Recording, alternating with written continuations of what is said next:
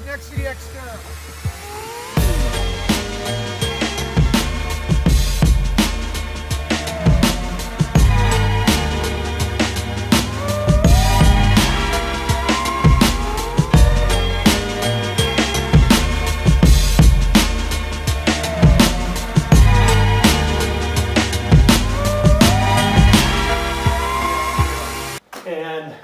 And we missed the fleet, and we couldn't get a ride out to the island, right? And so we never did it. But I ended up going out to Hinckley and rappelling a few times, and then the climbers are out there and they're like, "Don't rappel, climb!" Right. So I'm like, "Well, how do you do that?" You know, they're like, "Just do this," and we did. And it was like, and then I bumped into Tim Ock, and we climbed together. And because he was at Hinckley.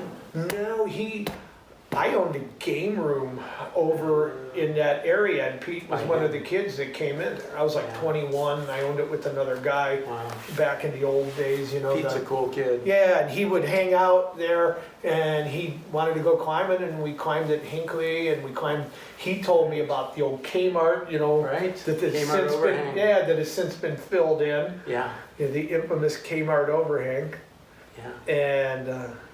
so then with climbing at Hinckley, you met Gary Molzan. Gary Molzan.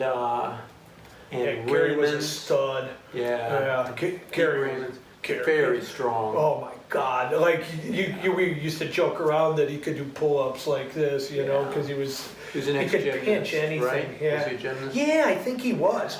That guy, like back in the day, I mean, it might not mean much now with new gear and stuff and the new shoes, but I know Gary led open cockpit. Yeah. You know, right. at the Gunks, which is impressive at the time. Way impressive. That's, I mean, scary now, really scary then with climbing them in EBs and toes, you know, and road, so he was toes. Yeah, he used to do all kinds of really hard routes there. And Woody Stover. Those are like the three names that come to mind for me is Woody, Gary Molzan, and Pete Raymond. Yeah, Raymond's was like really aloof. Yeah. He was really hard to talk to. It's like a ghost. He was. He only bouldered. He wouldn't get on a rope. Huh. And he would, you know, he was the first of the real boulderers, you know, that went places just to boulder. Just to boulder is very unusual. Well, he was a really good rock climber. He climbed a lot with John Stannard. John Stannard in the Gunks. In the Gunks, and a lot of that stuff. Like, he's such a shy guy. He didn't want his name in the guidebook that much. So a lot of those routes you see at the Gunks that just say, first it said John Stannard. Yeah. Probably Raymond's was on with it. Yeah. He did like Raymond's Fissure and Fisher Raymond's. Or Fisher Raymond's, at Skytop. Yeah, and then there's another one at the Near Traps, like, I can't remember the name of it. You first walk in, it's like a solid 10. Yeah. And I think he did that in like 72 or something like that. 72 is when I first started climbing. Was it? Yeah. Yeah. God. That's cool. Yeah, I'm like 78, 79, right in that area. Mm-hmm. But, yeah, so like and Woody's wife, Linda. Yeah.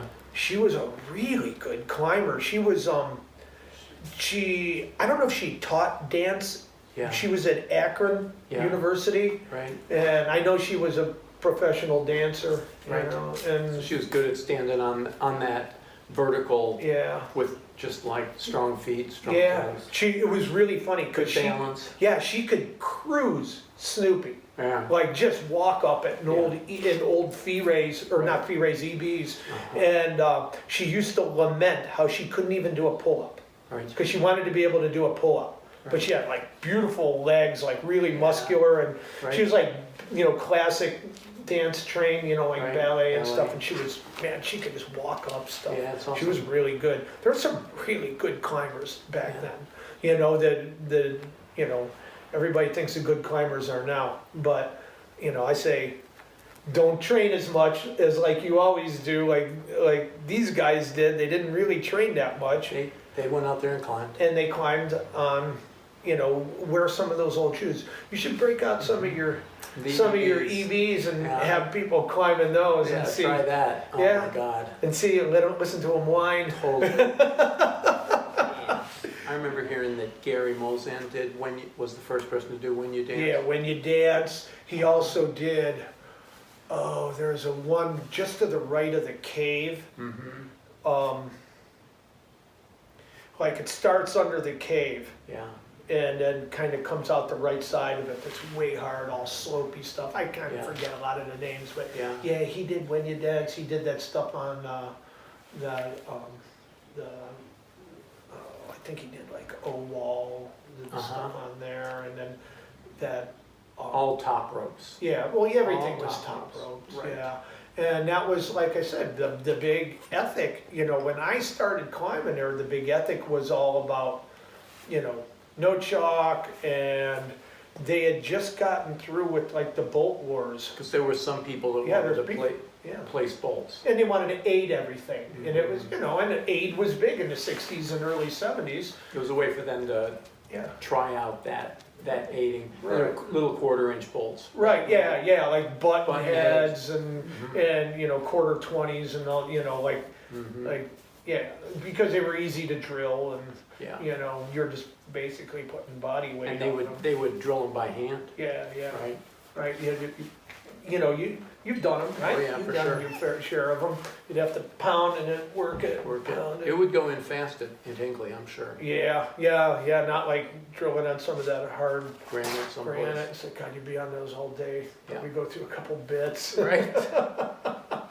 But and then Woody was he mostly a boulder, top roper? No, he was a top roper. Woody was a really interesting dude. He was just like, I think he was like gardener, landscaper. He did some sort of outdoor work for the Metro Parks in Akron. Yeah. And strong. He was strong, right? Yeah, he was way strong, big forearms. Yeah. You know. Yeah. You know, he had the big round glasses, you know, John Lennon kind of, long hair, and he was just a really laid back dude, unless it was some sort of ethos thing. You know? Right. We're laughing because he was mad at me because I used chalk, right? Yeah, he was mad at you for some reason. Yeah. And you're like, it was such a one-sided feud.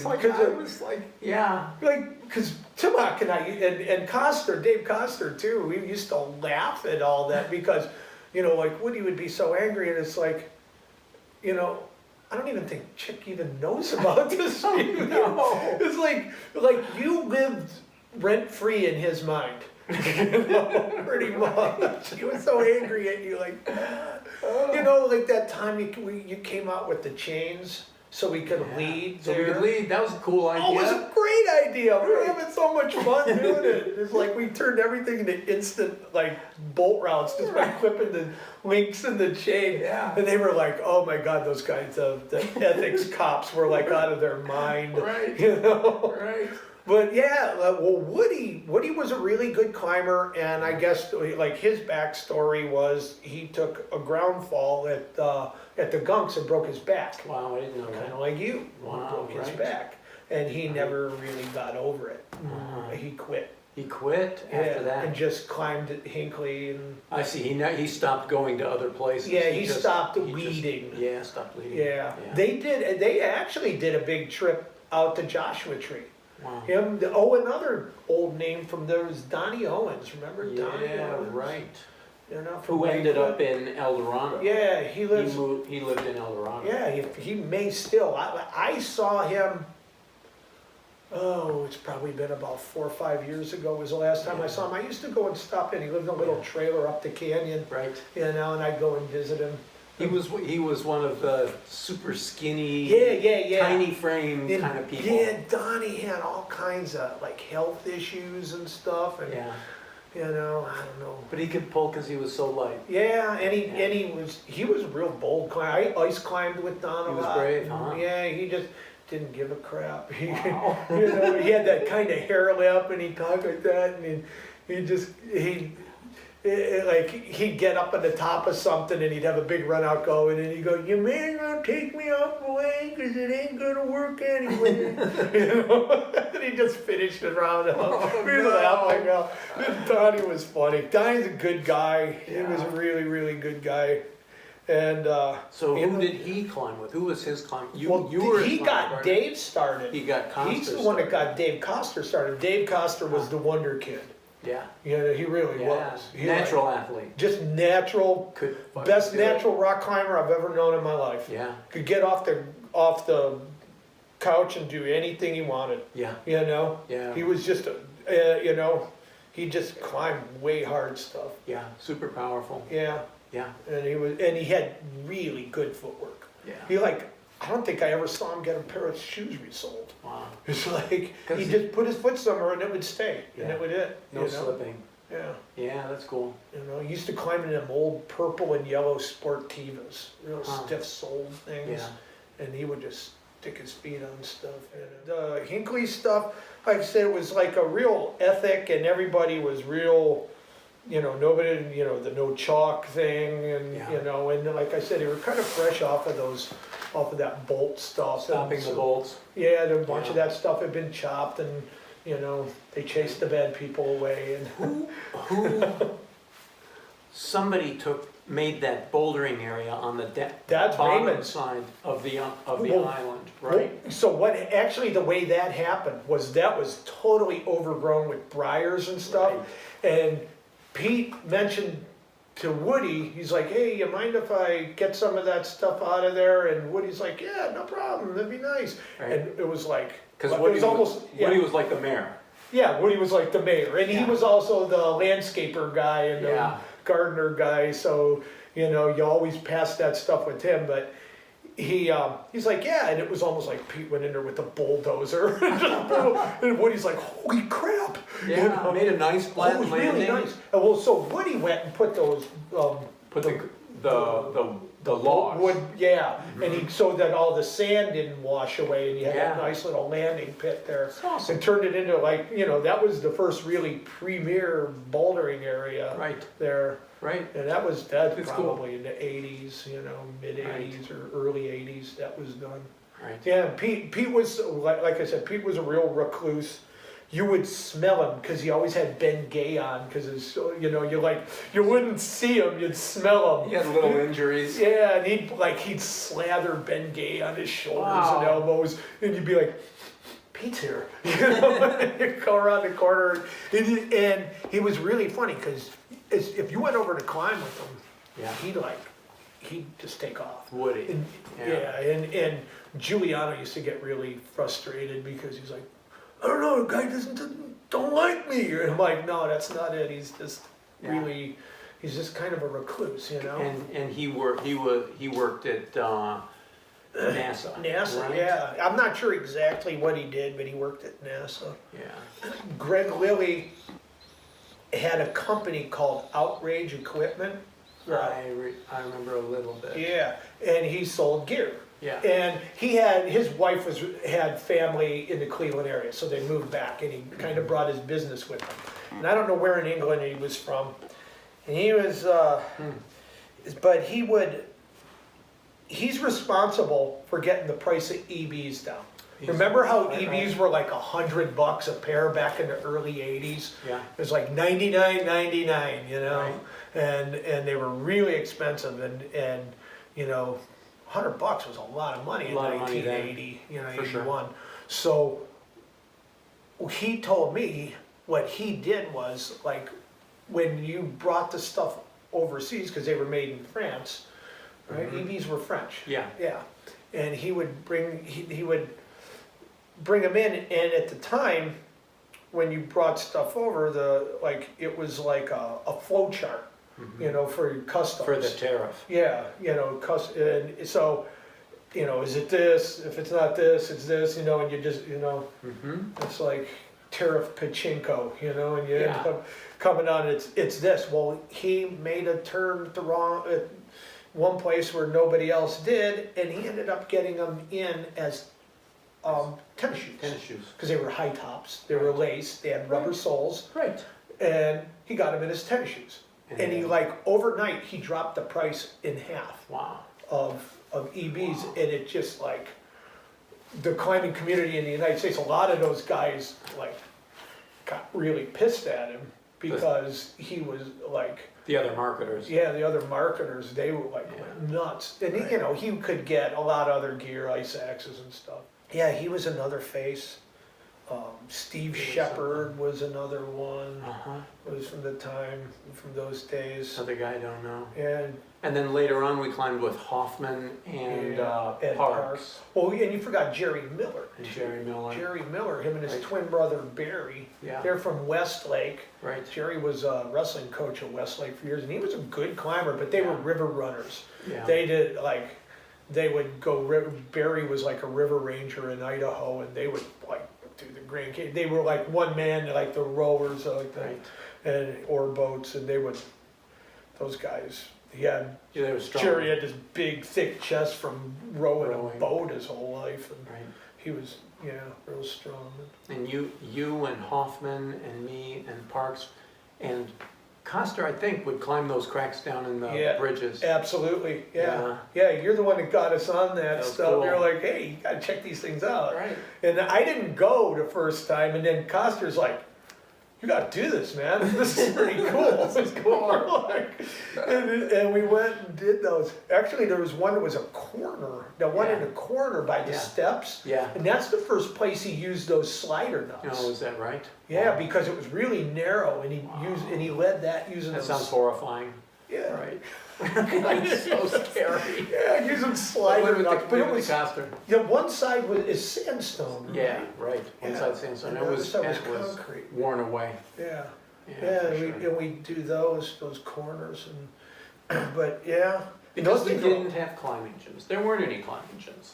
No. There was Hinckley, and Hinckley was really all we had. Well, and Akron Gorge. Akron Gorge, and nobody went to Brecksville. No. Like Brecksville was not on the radar then. We would climb at Bedford sometimes. Yeah. Bedford, you could go and get away with climbing at Bedford because the Rangers never came down there. Yeah. And there was a lot of really good ice climbing at Bedford, and that's how we found the rock, really. Oh, I see. And Yeah, it was a relatively small community. Not that many people, right? Not at all. I mean, really, like, you're talking about a dozen people. Yeah. Yeah, really.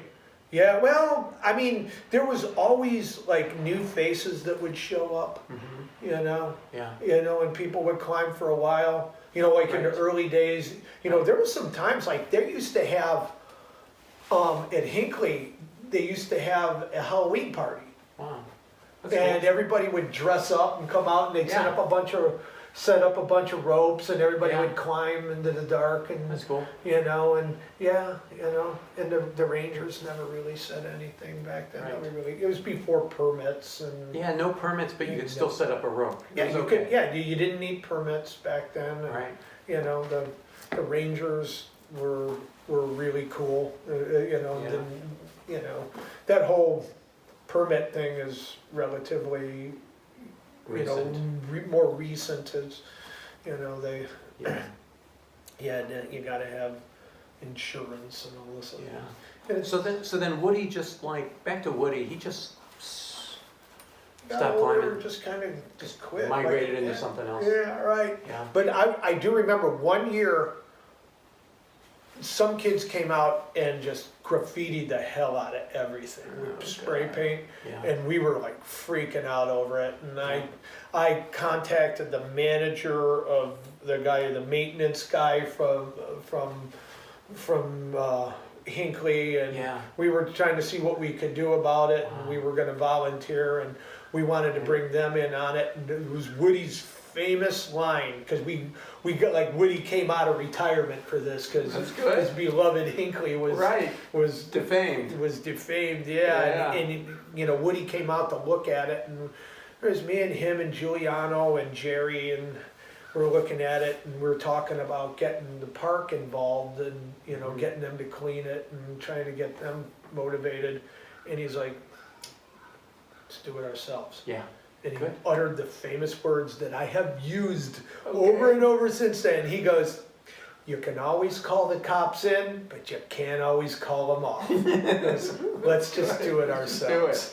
And we went out, he goes, there's no solvents, there's no, he's like, this is just elbow grease. Wow, So we you got just out there with wire wire brush, and we wire brushed the paint off everything. Right. He's like, we won't take the varnish off if we do that. Wow. And he's like, and the four of us went out there and like Wow. hours Hours of and brushing. hours. And we got rid of that. That's awesome. Yeah, until some other assholes came back and did it again. Right. And that's like another thing that went on in Hinckley. Not so much the chalk wars. They were kind of, you know, it was like the battle amongst climbers, but Yeah, everybody. internal. Yeah, and everybody still accepted it. Like, okay, yeah, we'll do whatever. And Right. but, you know, banding together the people that were marring the rock, you know, I had a lot of run-ins where we were expecting like physical violence with, you Yeah. know, guys coming down with chisels and hammers to etch their name Put their in the name in rock. it. Yeah, and, Yeah. you know, and guys throwing bottles and glass and everything and getting in like almost fistfights. Right. Yeah. And you and I first met at Hinckley. Yes. Yeah, I was with You Pete Timmock, Pete Timmock. and we went out to climb, and all of a sudden we hear all this yelling, and we go around to the island, and when the big tree was still on the overhang there, the double Right. overhang, and we see these three Three. knuckleheads Right. with the big hunk of slack on the tree jumping over the overhang and taking falls, and we're like, well, that's not climbing. What are they doing? Like, what the hell? Yeah. And we're like, and I kind of knew you, but I didn't, you know, I kind of knew who you A were, little bit, but yeah. yeah, and I'm like, that's that That's chick the- guy. That was me and Bob Yoho and Yeah. Carol Black. Yeah. Yeah, and I was thinking about that the other day because that's when we came back from the trip where we did a first ascent at Vedavu, and then we did the first ascents at Devil's Tower. Ah. That's when we did El Matador, Yeah. and we did Carol's Crack, which is, you know, Right, she right, was at climbing with Seneca, Bob yeah. and I, yeah, Yeah.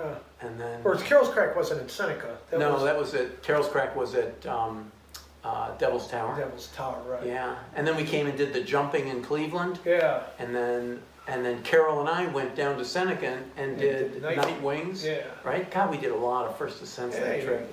you were lucky Yeah. that way. Yeah, that was awesome. Yeah, but that's what it's about. But you Yeah. But there we were, Yeah. because we called it sport jumping. yeah. Yeah, practice taking those falls. Yeah, it basically was, you know, and we're like, what the hell? We're watching, you guys are like, come on, you can do it You too. can do it. And I'm Come like, on up. I don't think so. Pass this time. Make sure that I had no idea how long you were jumping on that rope. Right? Who knows what's gonna We'll happen? just wait here for a while. We talked about that for a while, Pete and I. That's We thought great. It was funny, yeah. Yeah. But yeah, and then not long after that, like I started going out to the bridges with you. Yeah, that's You right. know, like Coster awesome. went first, and you know, it's like Let's do it. we took a whole horde of people out there at any given time on Mhm. the main Avenue Bridge. Right. There was a lot more Gosh. stuff than that. Yeah. Even the train, Right. those railroad. And we didn't get pestered by police at all. No, Like, not at all. No. They really didn't care. not at all. No, you get messed with by the locals a little bit, you know, but they were always funny. They were, loved us. Yeah, they were like just totally amazed. They'd be like, I know what you're doing. You rock scaling, Right. You know, and then Call they- us Spidey. yeah, Spidey, what like you Spider-Man. doing, Check it out. I did have one run-in with the police there, Oh. which was actually really funny. We were climbing under Yeah. the bridge. Yeah. I was with John Gill, and I can't remember who the second person or the third person was, I should say.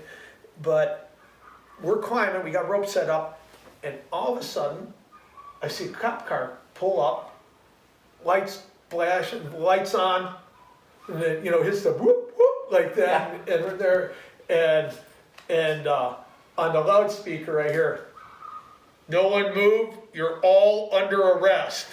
And I'm like, oh Christ. Shit. Yeah, and I can't remember who the third person was. Huh. But it was John Gill for sure. And John looks at it and we're like, and I go, I was on the fire department by that time, and you know, it was like early 90s probably at that point, early, mid 90s, and I'm like, I'll handle this. Right. You know, and I go to get my wall, I go walking up, you know, like this, and from the car, I hear, "Stop where you are."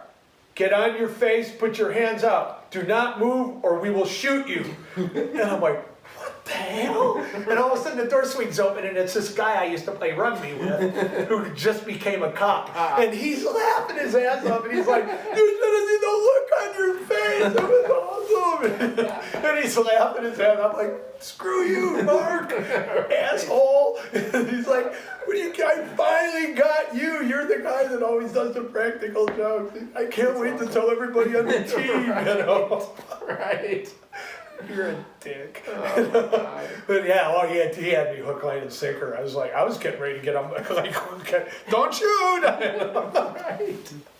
Oh my God, climbing in the city. Yeah, I know. Yeah. Urban climate at its best. Well, you and with Stonecker and the big chop saw cutting it, and you had your cop. So lucky. Yeah. God, that cop, he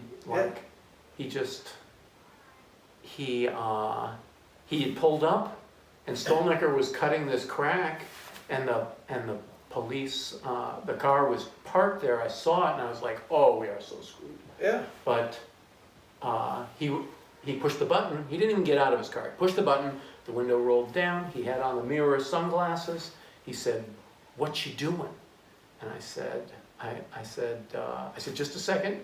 And I had John turn off the chop saw, the partner saw, and I was like making all this noise. And I turned to him and I said, "We're practicing rock climbing, sir."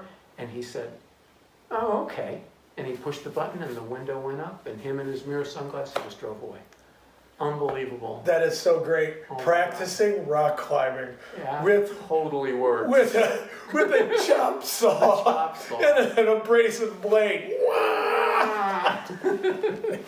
It's a weird way to practice, but you know. Yeah, but it worked. Yeah, we tried. There was always, we were always looking for something new to climb in the area, you know, that's whatever we could, you know. Not like we lived in Boulder. That's it. We could just zip over to Eldo or... That's it. And there was our closest climbing areas were Seneca and the Gunks. Right. That was it. There was no Red River Gorge. There was no New River Gorge. New was like the early 80s. They started opening it up. And there wasn't no Coopers. No Coopers. And then you and Coster climbed that bridge by the zoo. Oh, right? God, the West. Actually, I first did that aid route with Timok. It was friggin' terrifying. Yeah. It was like a little seam, like a fractured, like an incipient crack, and it was about, I don't know, it was like maybe 100 feet or so. That's really tall. It went up those buttresses, and then they have like a lip at the top. And so you did that, and then I stepped out of the aiders and pulled, and it's like sloping.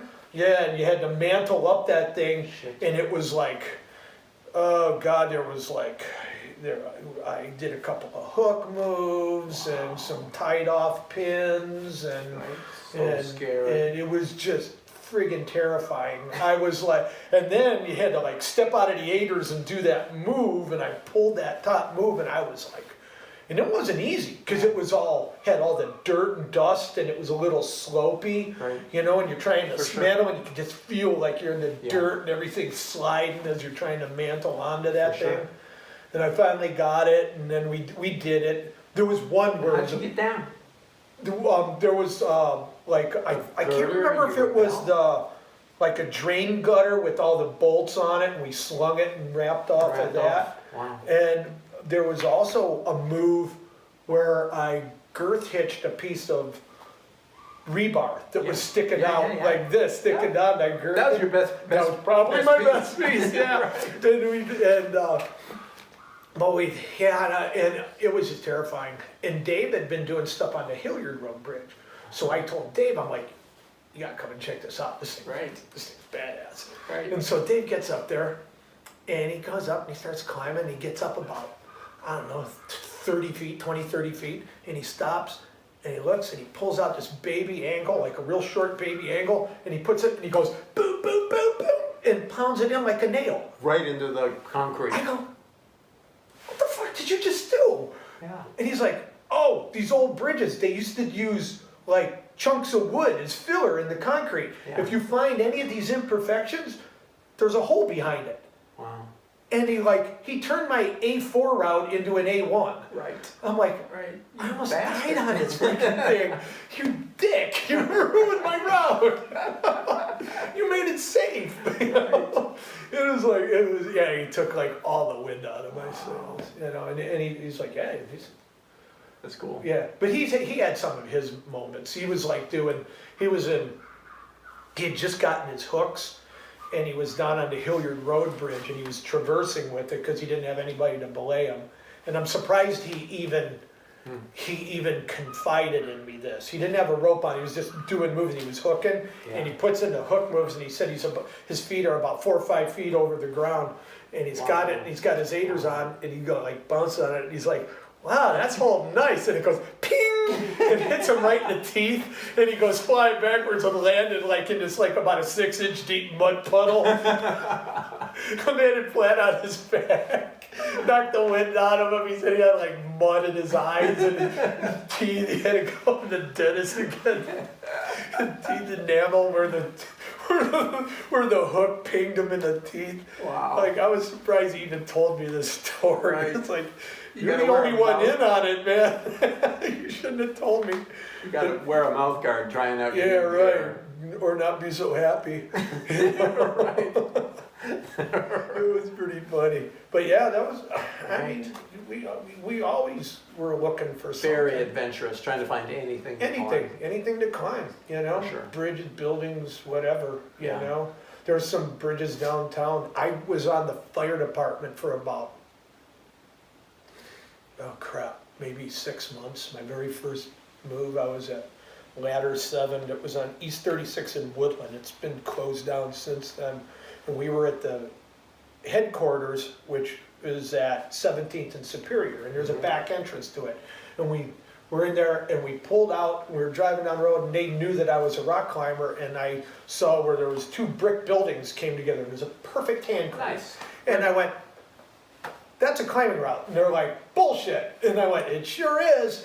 And they stopped the truck. Wow. The hook and ladder. ladder. And the lieutenant goes, show me. Yeah. I went, all right. And then I got out, and it was like perfect. It was like, That's great. gold Camelot. And I just and I got my work shoes on, and I just go and climb up about 20 feet up this thing, That's and then cool. down climb it. And they're like, I'll be damned. I'll be there.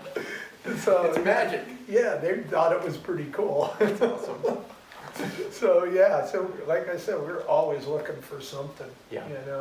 And that was, it's like beyond Hinckley. Yeah. Hinckley got us all started.